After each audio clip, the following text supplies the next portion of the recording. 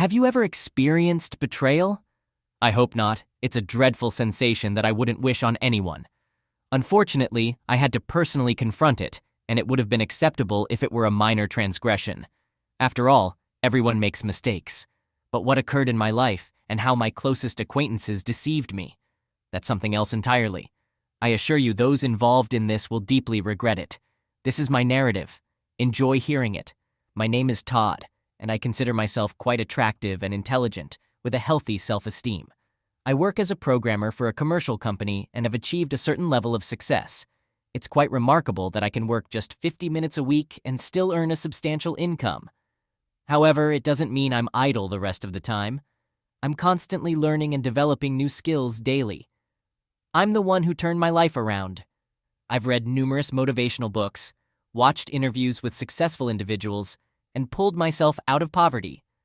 Consequently, I value everything I have, and every day I express gratitude for my blessings. Yet perhaps my most significant achievement in life is my wife Judith, who is 4 years my junior. She's 25 and I'm 29. Judith works as a model, participating in various advertising campaigns and boasting a substantial following on social media. She thoroughly enjoys her life. Judith possesses a slender, sun-kissed physique with well-toned thighs and an appealing bust. However, this wasn't always the case. Meeting me had a profound impact on her life. Initially, she worked as an ordinary cashier in a store with no particular aspirations or objectives. However, I detected a spark within her and played a part in kindling it. Even back then, I held a decent position. And though my income wasn't as substantial as it is today, I could afford a comfortable lifestyle. At my encouragement, Judith left her cashier job, and I helped her connect with a capable producer who aided her in achieving success on social media. Our combined earnings now enable us to enjoy a lavish lifestyle. This might come across as a typical success story or some such, and to be honest, I thought the same initially, until reality hit me like a ton of bricks. I have 2 friends from my school days, Philip and Alan, who were by my side up to a certain point. At the age of 18, we ventured into our first business, an ice cream stand. Unfortunately, it didn't thrive and went under within 6 months. We attempted another business, selling hot dogs, but had to shut it down after just 5 months. Subsequent endeavors were equally unsuccessful. At the age of 21, I came to the realization that something needed to change. I ventured into the IT field, which was unfamiliar territory for me, but I recognized its potential. My friends didn't support my decision, insisting, "It's a waste of time. You should engage in tangible pursuits and create something of your own, not work for someone else." I disagreed because I was thinking ahead. I understood that becoming a proficient specialist would eventually empower me to launch my own project, and that's precisely how it unfolded. Philip and Alan persist in their attempts to establish a business. Currently, they manage a single fast food stand that has been operational for 3 years, generating a modest profit they divide between themselves. However, when compared to my earnings, their profit seems insignificant. Instead of exploring new opportunities and progressing, they, like determined sheep, continue to focus on a single endeavor. While they have achieved some success, I suspect it may not be the outcome they had envisioned. As I enjoy the financial freedom to travel to various countries, purchase expensive clothing and automobiles, dine in fine restaurants, and have a wife with model-like looks, these 2 remain in the city, grappling with the daily stress of their business. I hold no resentment towards them for choosing not to join me. It was their decision, and I respect it. We still maintain a connection, although it's not as close as it once was. They are welcome to visit my home on weekends, relax on my leather couch, and engage in activities like playing video games and discussing ordinary matters together. Despite our disparities, we maintain a strong relationship and frequently meet, usually at my residence. They appreciated my opulent home, but it didn't immediately dawn on me that my wife also captivated their attention. To me, gatherings with Philip and Alan served as a form of diversion. They were unassuming individuals without formal education, and I appreciated the ability to sit down with them, share a beer, and engage in lighthearted conversations. I made no effort to flaunt my achievements in their presence. On the contrary, I aimed to relate to them on a down-to-earth level. Judith never objected to me spending a couple of evenings each week with my friends. She had her own circle of girlfriends, and she frequently socialized with them. Our home was always bustling with activity due to our hospitable nature. On one evening, as I was heading back home, I was halted by our neighbor Jimmy, who happened to be a director. He greeted me and asked, "Todd, how's everything going? I don't want to intrude, and please don't think I'm prying, but I've noticed something unusual. When you're not around, there's often a Ford parked near your house. I even took a photo of it." I took his phone and examined the picture, which showed a white Ford, my friend Philip's car. "Thank you for bringing this to my attention, Mr. Jefferson. I'll look into what's happening." "You're welcome. Oh, wait, can I ask you for a favor? When you're at home during the day, could you keep an eye on my house? If you happen to spot that car, please let me know." This was undeniably a concerning situation that couldn't be disregarded. Why was my friend visiting my wife while I was at work? With this question in mind, I entered the house where Judith warmly welcomed me. She was wearing a white robe and, without uttering a word, began, "Darling, I'm delighted you're home. I have a surprise for you. You need to pull this string." I pulled the string, unveiling a piece of artwork before me. Judith had acquired a new seductive costume, a nurse's outfit. "I think you might be a bit tired, but I know how to remedy that. First, you should take a shower, and then I'll be waiting for you in my medical office." I swiftly took a shower, and Judith and I shared an unforgettable night. Such spontaneity caused all my worries to vanish, and I wholeheartedly embraced the moment. The following day, I had no prior commitments, which meant that Judith and I would have the entire day together. I pondered whether Philip might have dropped by yesterday to retrieve something he had forgotten and just made a brief visit. That's what I preferred to believe. I didn't want to entertain the thought that Judith could be unfaithful to me, especially with my friend. Judith and I had a rather ordinary day, and in the evening we had plans to unwind by watching a movie. However, our intentions were disrupted by Alan, who wanted to invite us somewhere. "How about going to the club tonight? It'll be a blast. You can bring Judith along." I declined the offer, not only because Judith and I had our own plans for the evening, but also because I didn't particularly enjoy going to clubs. Plus, I knew Judith would find it unexciting since Philip and Alan didn't have girlfriends. Philip had made attempts at relationships and even got married, but in the end, he cheated on his wife, leading to their separation. Alan, on the other hand, had encountered misfortune with his relationships, and the longest one had lasted only a year. I repeatedly advised them that if they wanted to go out together, they needed to find girlfriends. They would simply nod in agreement and assure me they'd find someone soon. I informed Judith about Alan's invitation and detected her disappointment. It seemed she was eager to go out and have some fun, though I didn't pay it much heed. The following day, duty called, and I had to head to work. I bid Judith farewell with a kiss and left. Around noon, my neighbor Jimmy phoned to inform me, "Todd, there's a car parked near your house again. I can't pinpoint the exact time, but I thought I'd give you a heads up." "Thanks, Jimmy. How long will you be at home?"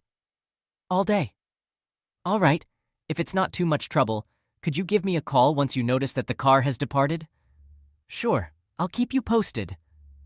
We exchanged pleasantries, and my mind was once again flooded with doubts. 5 hours had elapsed since Jimmy's call, and throughout this duration, I remained in a state of uncertainty. Suddenly, the phone rang. "Todd, the car's leaving. 2 men got in," Jimmy informed me. I expressed my gratitude to Jimmy and hung up. Now there were no lingering doubts. My 2 friends were visiting my wife when I was absent. While initially I had suspected it was only Philip, I now realized that Alan was also involved. At first, I attempted to console myself with the idea that perhaps they were preparing an early surprise for my upcoming birthday, which was still 4 months away. Wasn't it too premature? To prevent undue panic, I decided to reach out to an acquaintance and requested a couple of video cameras and a listening device. After finishing work, I collected the equipment. When asked why I needed it, I fabricated an excuse, stating it wasn't for personal use.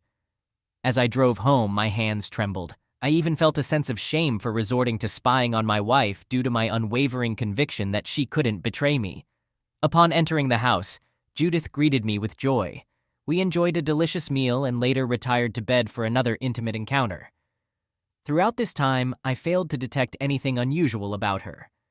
Typically, when a woman is unfaithful to a man, her behavior and demeanor change, but my wife remained her usual self, perhaps even better. The following morning, Judith prepared for a promotional video shoot, and I accompanied her. In the back seat of my car, there was a bag containing the forgotten video cameras. During the journey, Judith inquired about them. "What's that you got there, kiddo?" she asked. "It's some work-related stuff. I need to discard it later when I leave," I replied. With this explanation, I managed to address two concerns at once. While Judith was occupied with her work, I made my way back home. Time flew by, and I failed to notice that 2 hours had slipped away. Nevertheless, I successfully set up all the cameras, one in the bedroom, another in the living room, a third in the kitchen, and a fourth one outside. In my preoccupation, I completely forgot that I was supposed to pick up Judith. Stepping out of the house, I suddenly spotted a white Ford pulling up, and to my surprise, both Judith and Philip emerged from the car. Judith wasted no time in expressing her frustration, stating, "I called you 20 times. Where were you disappearing to, Todd?" I quickly checked my phone and confirmed her claim with the presence of 20 missed calls from her. I promptly offered my apologies, but Judith walked past me in silence. It was then that Philip approached. "Dude, you messed up big time, and I had to handle things myself," he remarked. "Sorry, I just got caught up. It was an urgent call and I needed to address a project," I explained. "All right, no big deal. I can help you out, considering how many times you've bailed me out," Philip generously offered. We bid our farewells, and I retreated back into the house. The entire evening unfolded in a somber atmosphere. Judith remained upset with me for failing to pick her up, so I made several attempts to apologize. "You promised to pick me up. Why didn't you come?" she reproached me. I expressed my remorse, saying, "There was an urgent order. Forgive me, I won't let it happen again." We eventually reconciled, sharing a hug before retiring to bed. I felt deeply ashamed of suspecting her of any wrongdoing. While I hadn't entirely believed the accusations, I couldn't ignore Jimmy's photographs. Thus, I felt compelled to personally verify everything. During the night, while Judith slumbered, I made the decision to unlock her phone and inspect her messages. I found nothing suspicious in Judith's messages. Her phone appeared clean. With a clear conscience, I retired to sleep. 2 weeks had elapsed since I'd installed cameras in my home. While I was at work, I diligently observed Judith's activities, and all seemed well. No hints of anything suspicious. Following that initial night, I continued to sporadically check Judith's phone a couple of times, and it consistently remained clean. There were no indications of infidelity or communication with my friends. Life proceeded normally. We enjoyed quality time with Philip and Alan, explored the city, visited interesting places, and generally led a peaceful existence. One day at work, I reluctantly decided to review the camera footage. I had grown weary of this routine, recognizing that each time I found nothing, rendering it seemingly pointless. Other thoughts began to plague me, pondering the possibility that Judith might discover the cameras, interpreting my actions as a lack of trust in her. As I gazed at the camera feed, I witnessed Judith opening the door, an unexpected sight. I activated the outdoor camera and spotted a white Ford parked near my house with Philip and Alan standing on the porch. Judith warmly welcomed my friends, and they entered. I discreetly unplugged the listening device, which had been discreetly placed in the living room beneath the coffee table. Judith proceeded upstairs to the bedroom, while Philip and Alan removed their shirts, lounging bare-chested on the couch.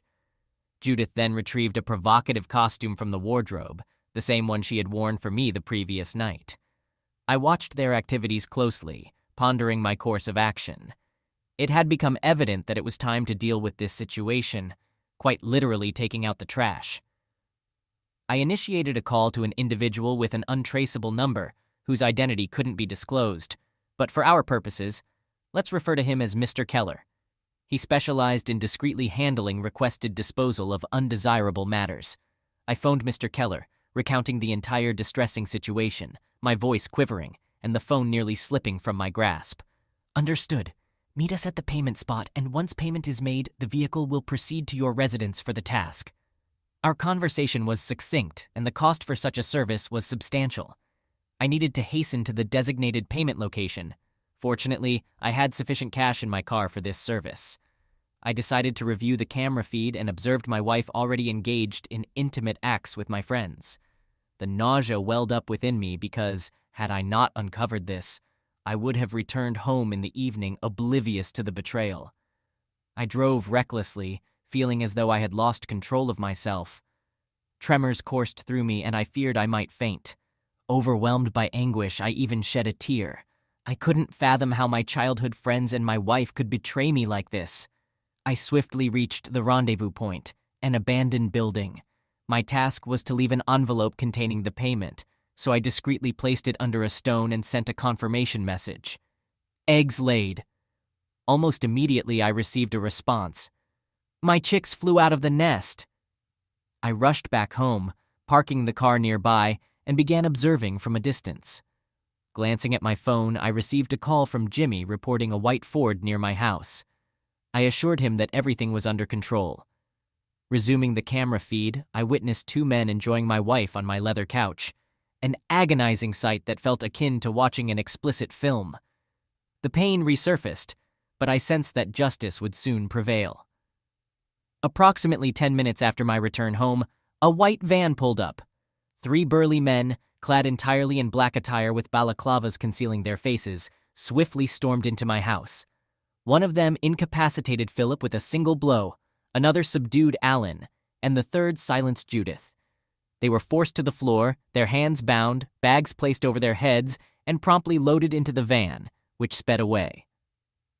I bore witness to this sequence of events through the surveillance cameras, marveling at their efficiency and professionalism. The task was accomplished in approximately 40 seconds.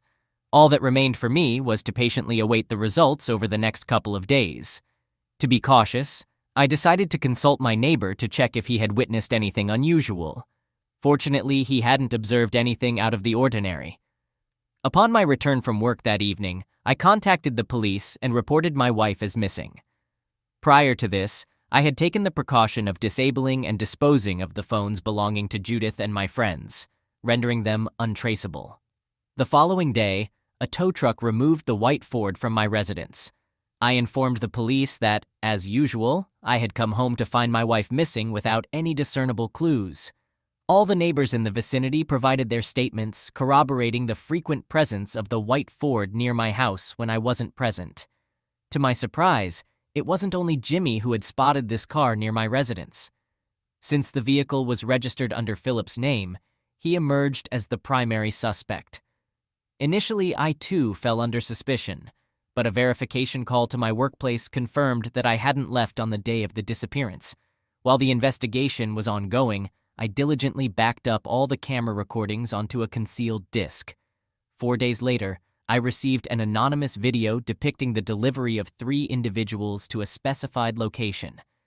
The video showed them being unloaded from a van with their eyes, hands, and feet bound in an empty field. All 3 were in tears, pleading for mercy, and I derived a peculiar sense of satisfaction from watching them.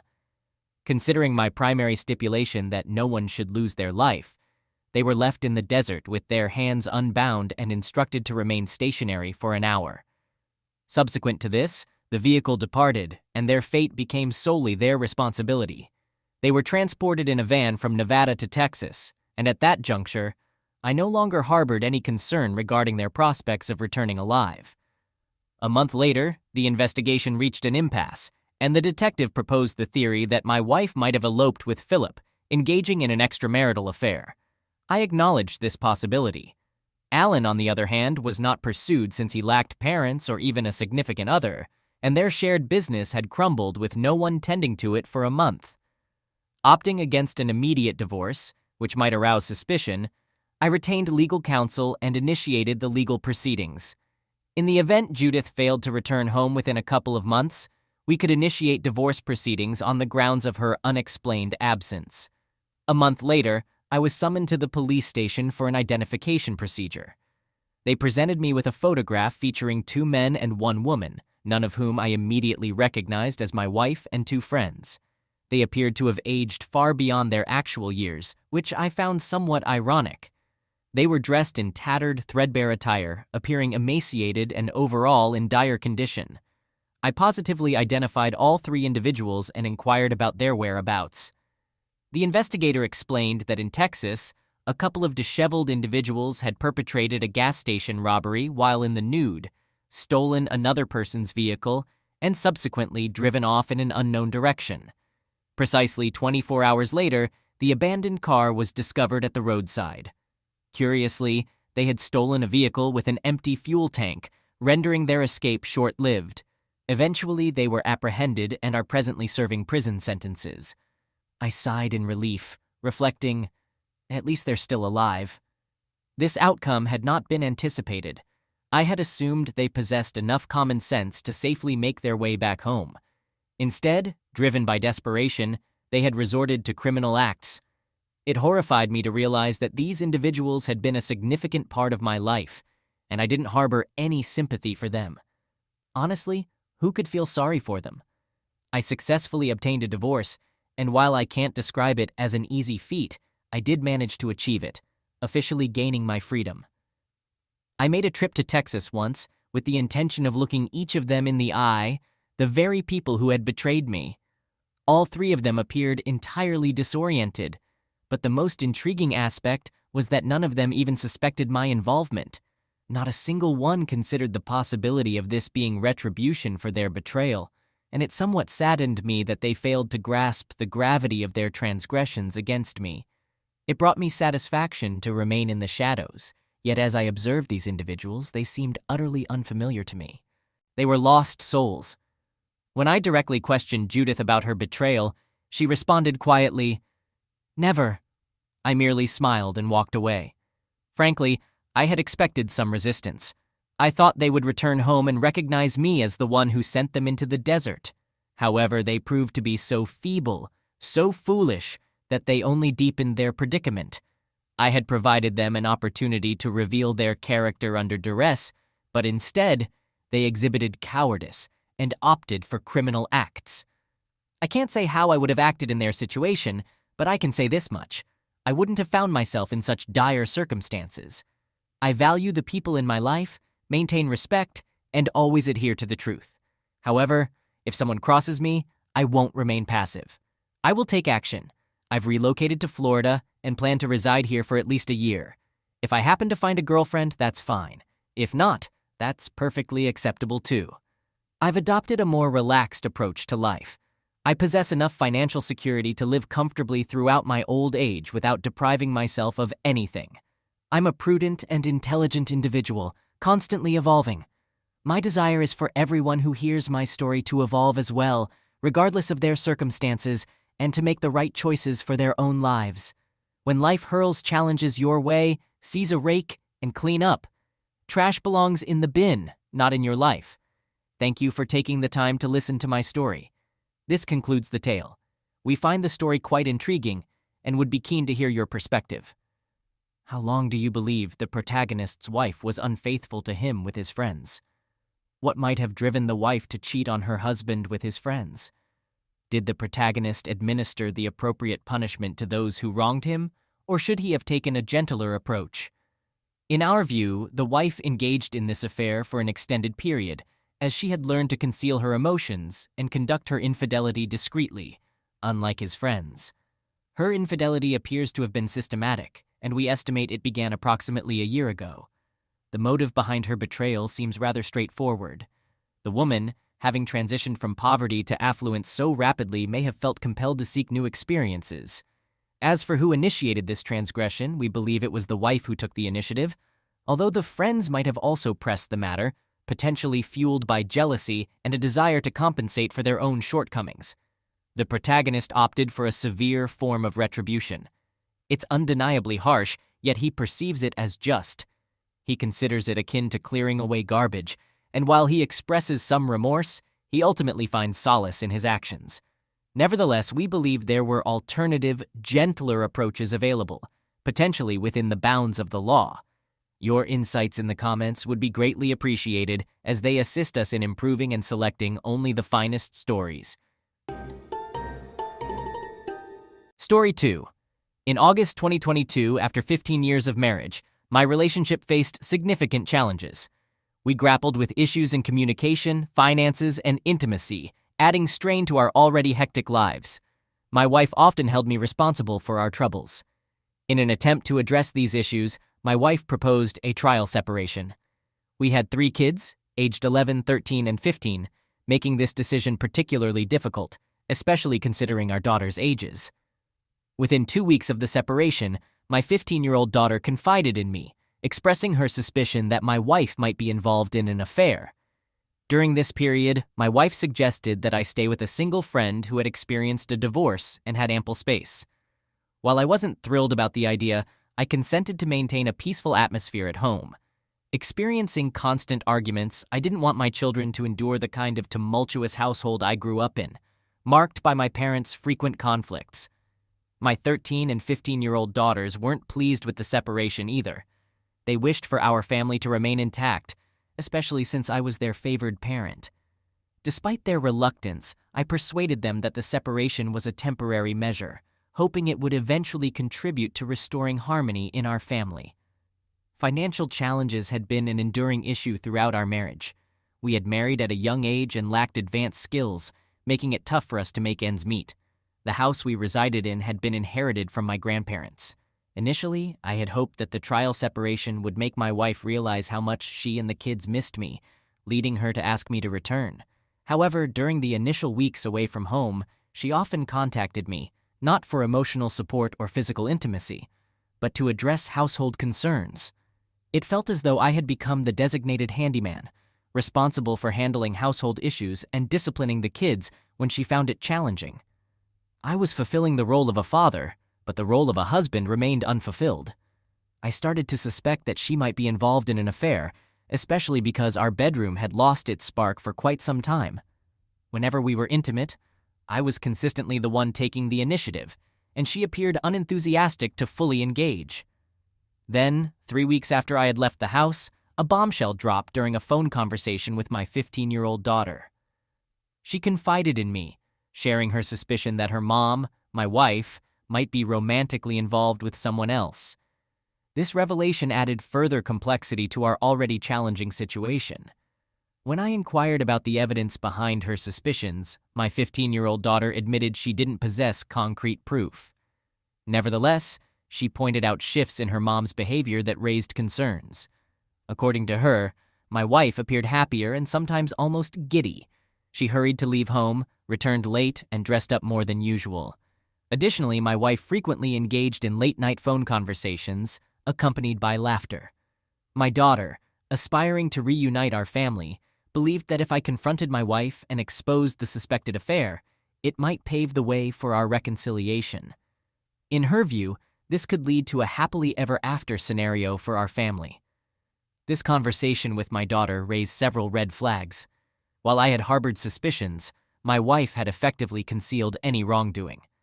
Now, with these noticeable changes, it appeared that the trial separation was merely a smokescreen, providing her with more freedom to engage in questionable behavior. It's remarkable how over 15 years, one can become more trusting and lower their guard with someone. I knew my wife worked for a distribution company, primarily interacting with older 18-wheeler drivers. Considering she was one of the few women at her workplace and exceptionally attractive, she naturally drew a lot of attention. We began dating during our teenage years and are now both 35. Over the course of 15 years, it's fascinating how one can grow more trusting and gradually lower their guard in a relationship. I was aware that my wife worked for a distribution company, and her interactions primarily involved older 18-wheeler drivers. Given her status as one of the few women at her workplace and her striking looks, she naturally garnered a fair share of attention. We started dating during our teens, and now, at the age of 35, we've been together for 15 years. After my conversation with my daughter and the increasing suspicion that arose, I made the decision to secretly visit her workplace to uncover the reasons behind her late nights. I was concerned that she might be engaged in an extramarital affair with a colleague from her job. Consequently, I hoped that when I observed her workplace after hours, I would find her car among the last two in the parking lot, indicating she or the person she might be involved with would depart together. I parked my car on the opposite side of her workplace, keeping a close watch on her vehicle to see what would transpire. To my surprise, she exited the building at the anticipated time and entered her car. Just as I was about to abandon my surveillance and head home, she drove off in a direction away from our residence. This piqued my curiosity, prompting me to follow her. It was November, around 6 p.m., and darkness was descending. She proceeded towards the highway and directed her route towards a truck stop. Wishing to give her the benefit of the doubt due to her occupation in logistics dispatch for truckers, I considered the possibility that her presence there might be work-related. She parked her car in proximity to an 18-wheeler and exited her vehicle. It was at that moment I observed her attire, which was conspicuously revealing. Upon her entry into the passenger side of the truck, I promptly began recording her using my cell phone. I moved my car closer, disembarked, and located a vantage point where I could ascertain whether she occupied the passenger seat. The dim lighting necessitated my closer approach to obtain a clear view, and regrettably, there was no room for doubt regarding the nature of the situation. She wasn't seated in the passenger area. Both she and the truck driver were inside the truck's sleeper compartment. I lingered in the blind spot of the passenger side for nearly 30 minutes, anticipating her departure from the truck. During this time, I could overhear what seemed to be intimate sounds, intensifying my feelings of hatred, unlike any I had ever experienced. When she eventually alighted from the passenger side, she appeared startled, hastily adjusting her hair and attire, as if she had seen a ghost. As she descended, she noticed me recording her with the flash of my phone activated. Initially, she couldn't identify me due to the flash and the darkness. I recall her inquiry, "Hey, why are you recording me?" Her realization of my identity occurred as soon as I responded, "I am just making sure I capture you engaging in inappropriate behavior." Once she grasped that it was me, she started to vehemently assert that appearances were deceiving and contended she was merely engaged in her employment. My retort was, "Yeah, you're certainly employed. I had no idea you were involved in illicit activities on the side." Despite her protestations, she attempted to seize my camera. I pushed her away and continued recording as I trailed her to her car. The individual she was involved with seemed to believe he could intervene, and he emerged from his cab holding a firearm when he observed the commotion. He confronted me and insisted I stop recording, making threats. I remained steadfast, asserting my right to record my wife's unfaithful actions. My wife implored him to lower the firearm, and fellow truckers who were acquainted with him gathered around, attempting to persuade him to relinquish the weapon. A more rational person might have discontinued recording when confronted with a weapon, but at that moment, my judgment was clouded. Upon realizing that I was undeterred by his intimidation, the man holstered his weapon and retreated to his truck. My wife also departed, but prior to her departure, several individuals appeared to urge me to cease recording, uttering phrases such as, "It's public," and "Stop recording." Nevertheless, I was aware of my right to record for my own protection. Following my wife's departure, I contacted the police and awaited their arrival at the scene. Upon their arrival, the truck driver attempted to leave, but the police intercepted him. I presented them with the recording, leading to his arrest for brandishing a firearm. He faced charges of aggravated assault with a deadly weapon. Instead of proceeding to my friend's house for the night, I made my way directly home, which was likely around 10 p.m. En route, I phoned my 15-year-old daughter to apprise her of what I had just discovered her mother doing, and to inform her of my imminent return. Upon my arrival home, my wife was already embroiled in a dispute with my daughter, and her siblings mirrored her actions. She initiated name-calling directed at my wife, which under ordinary circumstances might have warranted discipline. However, it felt like an excessive level of hypocrisy, given that my wife had been attempting to control our daughter's dating choices and clothing, all the while expelling me from the house to rendezvous with men at the truck stop. She contended that she was not involved with men, but rather a singular individual. By the way, this man was nearly 50 years old, and based on what I gathered, he was a regular customer, leaving me with no doubt that she was engaging in illicit activities. I informed her that she couldn't stay in the house and suggested she could stay at her friend's place instead. This resulted in a physical confrontation, and I began removing her belongings from the house. The children were all awake, crying and witnessing the tumultuous scene in the middle of the night. It was an unfortunate situation, fueled by my anger. Eventually, things calmed down because I wanted to avoid involving the police, and I had no intention of leaving my own home. She was aware that everyone in the house was against her, recognizing her wrongdoing, but she attempted to shift blame onto me and downplay the significance of her actions. That night, I slept in the master bedroom while she spent the night on the couch. The following morning, I reached out to my friend, explained the situation, and he connected me with an attorney to initiate the divorce proceedings. Since we had no shared property and the house was inherited, she wouldn't have a claim to it in the divorce. Some individuals suggested that I should have taken a different course of action, but I showed my daughter the video recording on my phone, allowing her to witness everything that had transpired. I explained to her the reasons behind my decision to end the marriage, and she concurred with my choice. I didn't want to jeopardize her employment by reporting her actions, as I knew it would impose an additional financial burden on me during the divorce proceedings. Upon learning of my divorce filing, she suddenly expressed a desire to work on our marriage. She asserted that her infidelity was a result of my lack of attention, emphasizing that it had only been with that one individual. She claimed she had no intentions of leaving me, as the man she had cheated with was also married. According to her, he had been pursuing her for months, showering her with gifts, and she eventually yielded but later regretted her actions. Despite her efforts to reconcile, I found no compelling reason to salvage the marriage. Attempting to engage her in meaningful communication had grown increasingly challenging, especially when she had been willing to abandon our marriage during her time at the truck stop. Our relationship had become marred by incessant arguments and conflicts, and the trust between us had been irreparably shattered. It appeared to be a wise choice for me to have sole occupancy of the house with my children, particularly since I had a better rapport with them than with her. She could continue her pursuits at the truck stop.